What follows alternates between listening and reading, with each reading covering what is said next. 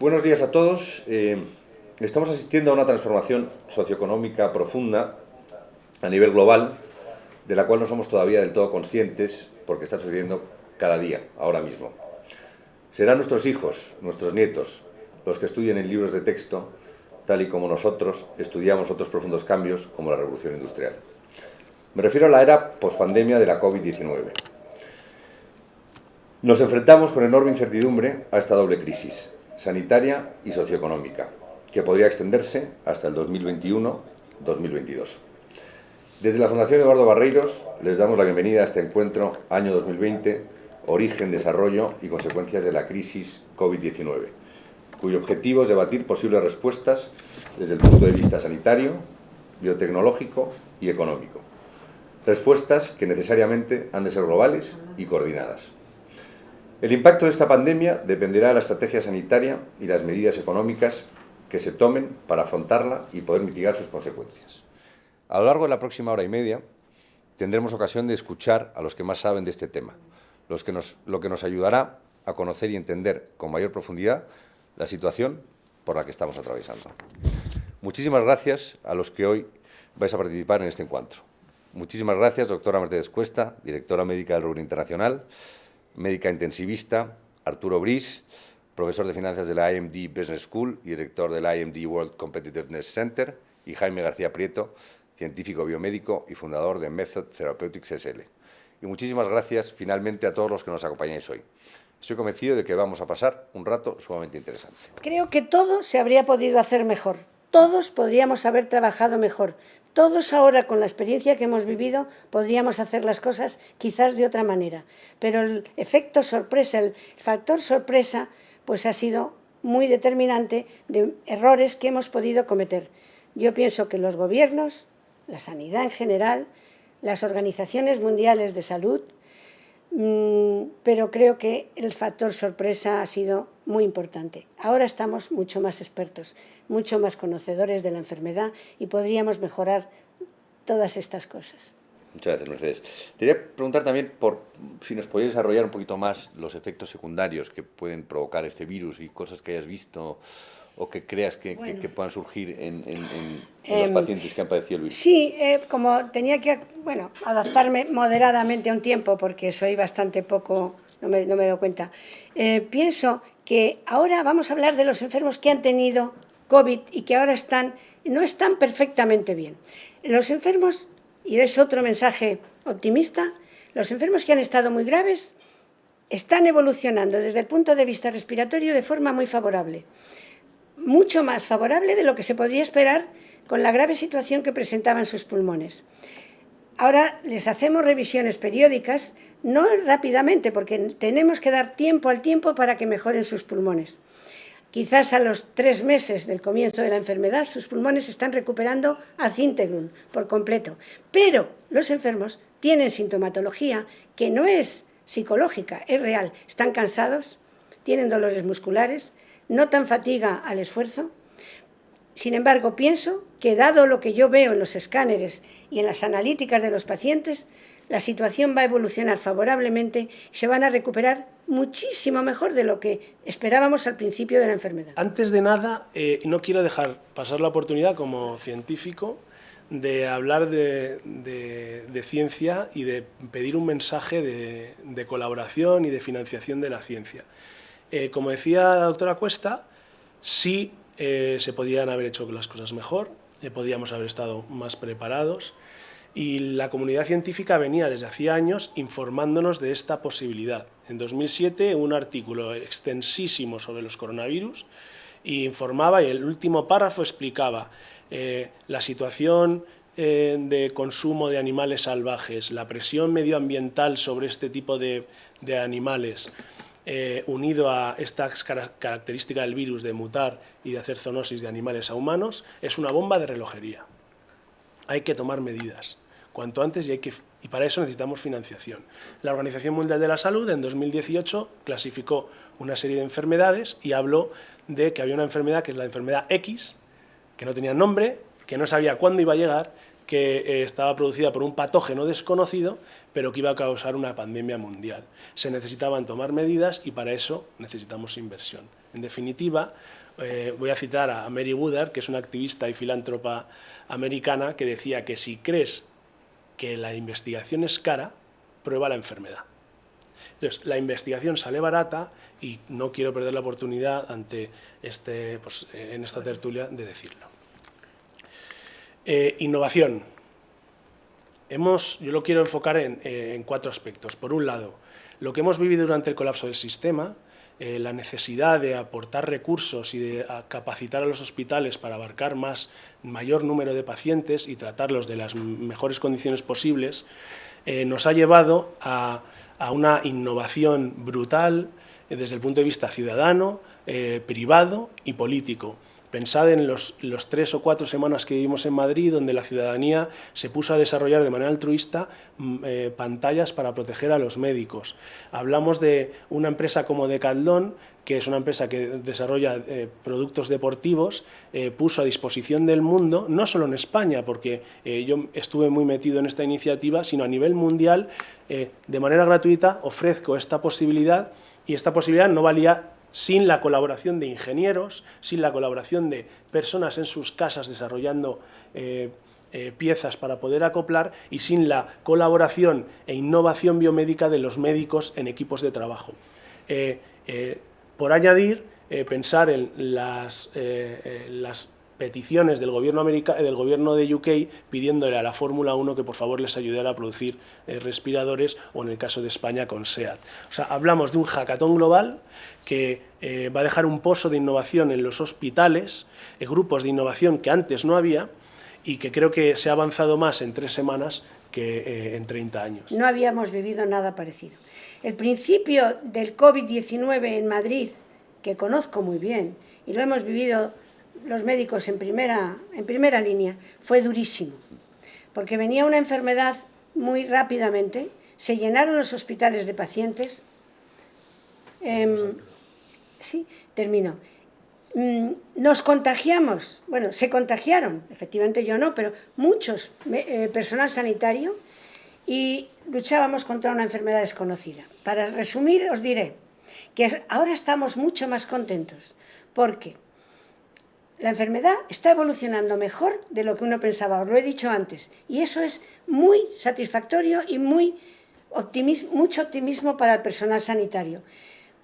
Creemos que la sociedad también está concienciada y tomará todas las medidas preventivas necesarias para evitar nuevos contactos. Y somos verdaderamente una población que estamos acostumbradas al sufrimiento, al dolor, a la muerte, y tenemos que estar correctamente en esos momentos. Tengo 3 temas de los que hablar. El primero es lo que se ha hecho desde el punto de vista sanitario, desde la perspectiva de un economista. Después, lo que se ha hecho hasta ahora, desde el punto de vista económico, y lo que creo que se debería hacer. Desde el punto de vista sanitario, desde el punto de vista de la pandemia, creo que ha habido una falta de estrategia de desconfinamiento. En esto llevo trabajando bastantes meses y sobre todo en el contexto del sistema suizo. Podríamos haber tenido 2 alternativas. La primera alternativa es hacer un desconfinamiento basado completamente en factores económicos, por ejemplo, basado en sectores que, por ejemplo, dejase en casa a los agentes improductivos mayores de 65 años y niños, y eso no se ha hecho, y razonablemente eso no se ha hecho. Y por otro lado, podría haberse hecho un desconfinamiento completamente sanitario en el que se promueva el distanciamiento social, la utilización de máscaras, por ejemplo, pero también, por ejemplo, el uso de la tecnología. En este sentido, yo, por ejemplo, en Suiza tengo mi aplicación que se llama SwissCovid, que, por cierto, ha sido diseñada y desarrollada por una española y que me permite saber si estoy en contacto de una persona contagiada.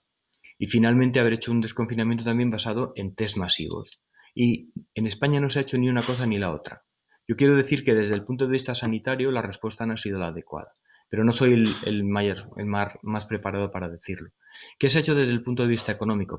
Fundamentalmente carecemos de una estrategia económica, una estrategia que se base en 3 pilares fundamentales. El primer pilar es que el gasto público debe ser primordial y para tener posibilidades de gastar, el Estado debe también adelgazar, es decir, tener finanzas más adecuadas, y eso requiere una política de gasto. El segundo, y una política de ingresos. El segundo pilar debería haber sido una distribución equitativa de la carga de esta crisis. La gran brecha salarial que existe en España no es entre hombres y mujeres. La gran brecha salarial que existe en España es entre el sector público y el sector privado. Y el coste de esta estrategia económica que se está llevando a cabo es fundamentalmente soportada por el sector privado. Y por último, el último pilar que debería haber tenido en cuenta en esta recuperación económica debería haber sido el mantener el empleo como primordial prioridad. Y mantener el empleo quiere decir mantener a las pequeñas y medianas empresas, lo cual requiere no de avales, sino de subsidios. Requiere gasto público más que apoyo público. Y esto es lo que no se ha hecho. ¿Qué es lo que se debería hacer?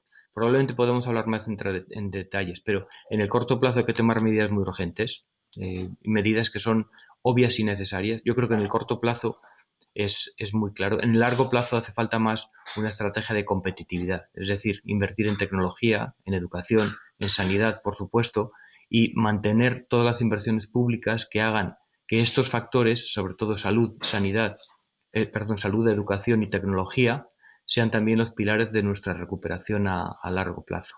Como me he quedado atrás por culpa de la tecnología, lo dejo aquí y probablemente podamos debatir, os puedo dar más detalle en nuestra conversación. Tengo una pregunta para la doctora Cuesta. Ha sido muy interesante, sobre todo escuchar su experiencia personal, ¿no?, durante la pandemia. Y yo tengo una pregunta que a mí me hacen aquí, en Suiza, sobre España. ¿Cuál es tu explicación para que en España tengamos el mayor número de fallecidos en la pandemia y para que tengamos también uno de los mayores niveles de contagio? Es una pregunta para la que yo no sé responder cuando me lo hacen mis colegas aquí. Me gustaría saber su opinión. Pues tampoco yo sé responder. Creo lo que he dicho antes, que el efecto sorpresa, muchísimos pacientes muy rápidamente y no pudimos estar absolutamente atendiendo todo lo bien que hubiéramos querido al número de pacientes que superaba hasta 300%, como os decía, la capacidad que teníamos en los hospitales. Yo creo que ese efecto ha sido importante. También el desconocimiento de la enfermedad, que por supuesto en otros países pasará lo mismo, pero yo creo que no sabíamos bien cómo tratar estos pacientes al principio. Ahora pensamos que lo haríamos mejor, pero también es una hipótesis. No lo sabemos. Arturo, no lo sabemos. Sabemos lo que hemos hecho. Creo que hemos dado una respuesta muy práctica, lo más resolutiva posible, pero como decía antes Jaime, sin unas líneas, unas guías de tratamientos totalmente estudiadas y validadas. No era medicina basada en la evidencia, era medicina, como decías antes tú, de una situación totalmente nueva y desconocida, y en los hospitales con pacientes muy graves, porque los pacientes leves se quedaban en casa. Y bueno, no sé muy bien, pero también quizás los métodos de cuantificación de número de pacientes no sé si son muy precisos. No puedo decirte porque no los conozco en profundidad, ni sé cómo se hace, ni es mi papel. Pero no estoy segura si se ha podido cuantificar bien el número de pacientes en relación con el número de habitantes. Sobre tu pregunta, Arturo, ¿tú crees que, lo hemos hablado alguna vez, España vivió un tsunami, o Italia, España vivieron un tsunami, que Suiza no vivió? Es un hecho. Suiza vivió lo que vivía España e Italia, se preparó, y el número de población infectada, que probablemente nunca lo sabremos o a corto plazo no lo sabremos, en España era muchísimo más alto. Sabemos hoy que no solo tenemos anticuerpos como defensa frente al virus, tenemos otra línea de sistema inmune, esto es conocimiento reciente de los últimos días, que se empieza a entender cómo tú respondes al virus con anticuerpos o con un sistema celular que ataca directamente, sin la necesidad de anticuerpos. Y una de las hipótesis que barajan ahora en el mundo científico es: ¿habrá rebrotes en ciudades como Madrid, Milán o Lombardía, Nueva York, tan importantes como los que van a tener Berlín, Ginebra y demás? Es una pregunta, es una hipótesis, y mi pronóstico es que no, porque en España hubo muchísimo más infectado, muchísimo más paciente con enfermedad latente desconocida que en otros países. Eso explicaría de manera científica y razonable por qué en los países como España ha habido una mortalidad tan desfasada con respecto con Suiza. Yo contesto muy rápido, pero eso vuelve a mi pregunta. ¿Por qué en Suiza ha habido bastantes menos muertos? Primero, la mortalidad, no sé si lo llamáis así, la mortalidad de la enfermedad ha sido menor respecto a los casos de contagio, pero también han sido los contagios menores. Pese a que tenemos frontera con Italia, pese a que nuestra frontera con Italia estuvo abierta durante muchas semanas, y pese a que, de hecho, todos los casos se concentraron en el sur del país, sin embargo, la recuperación ha sido muchísimo más rápida. Y como digo, también el número de fallecidos ha sido mucho menor. Entonces, no tengo una respuesta, pero esa sigue siendo mi pregunta. Yo creo que una explicación es que nuestro sistema sanitario es peor. Nuestro sistema, quiero decir, en España que en Suiza. Porque si no, es difícil explicar el daño masivo que ha causado. Yo te agradezco mucho ese punto de vista y también os agradezco mucho que nos hayáis invitado. Encantados, doctora. Vente. Quedamos a vuestra disposición. Muy bien. Pues muchas gracias a todos y hasta pronto. Hasta luego. Adiós. Gracias.